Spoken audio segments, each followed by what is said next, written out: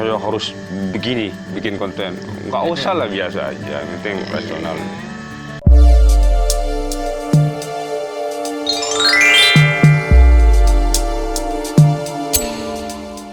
Halo, Assalamualaikum warahmatullahi wabarakatuh.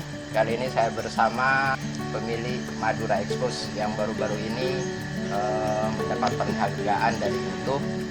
Dia mendapat penghargaan pencapaian 100.000 subscriber. Nah, kita sapa dulu dengan Mas Ferry ya. Ya. Mas Ferry sebagai Mas Anwar. Mas Anwar, Mas Mas Anwar. Anwar. Mas, nah, saya ini kan sebagai YouTuber pemula di Kabupaten Sumeneb ya. Ya, Nah, dia cakep ya, tentu mulai cakep. harus banyak belajar kepada senior-senior YouTuber, terutama dengan Madura Expose nih. Bisa berbagi nggak bagaimana membangun Bagi duit. YouTube yang sukses? Oh. Jangan duit dulu, Mas.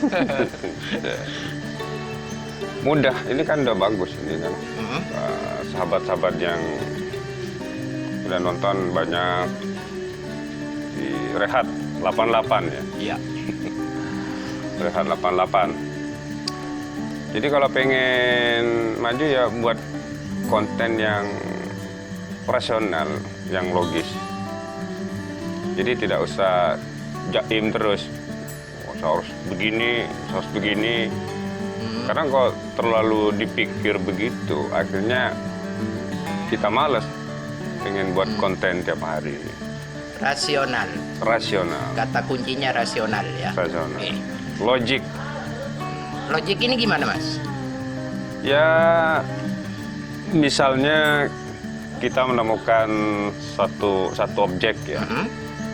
Menemukan satu objek, misalnya ini ada orang jualan. Kita pikir objektif, rasional kan kalau misalnya kita sapa penjualnya itu. Jadi ngalir aja apa yang kita lihat.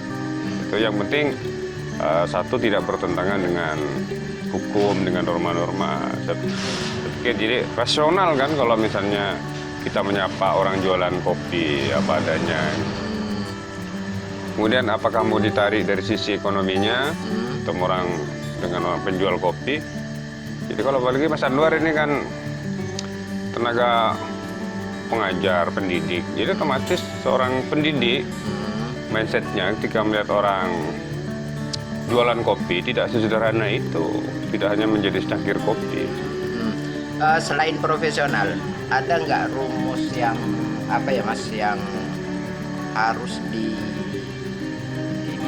diikuti oleh para YouTuber, termasuk YouTuber pemula ini, yang dari YouTube sendiri apa sih? Ya konsisten, jalan profesional konsisten, terutama tema yang diangkat. Karena sekarang kan YouTuber itu kan miliaran kan. Jadi mengantisipasi ketertinggalan kita dengan kompetitor yang lain, dengan YouTuber yang lain adalah kita menyajikan sesuatu yang spesifik. Jadi kalau misalnya konten pendidikan ya kita fokus ke pendidikan. Tetapi kemudian boleh explore lagi pendidikan itu tidak hanya kemudian terbatas kepada pendidikan formal. Nah, bagaimana seorang penjual kopi, bagaimana kehidupannya dia di rumah.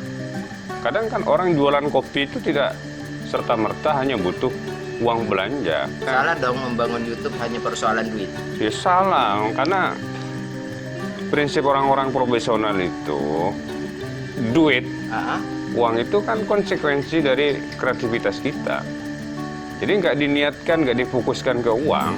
Selama kreativitas kita itu menjadi pedoman komunitas YouTube, ya dengan sendirinya uang itu akan kita peroleh.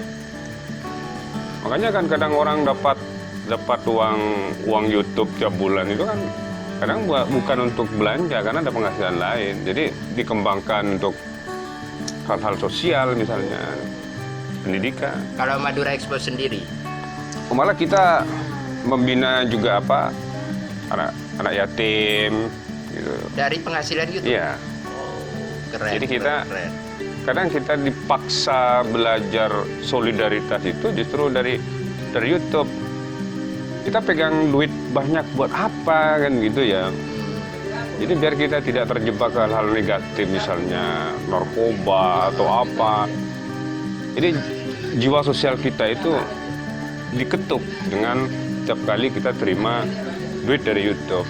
Oh, ternyata ada orang-orang yang juga butuh duit gitu loh. Sambil kita kalau mereka memungkinkan, kita buatkan akun juga untuk bikin channel. Berapa lama sih membangun Madura Expos ini sampai hari ini mencapai 100.000 subscriber? Kalau yang buat channelnya itu 2014, cuman intentnya itu sekitar pertengahan akhir 2018. Jadi puncaknya itu 2019 kita mulai coba menyerusi itu, karena teman-teman teman-teman wartawan terutama kok pada main YouTube. Oh, saya punya ternyata akun YouTube.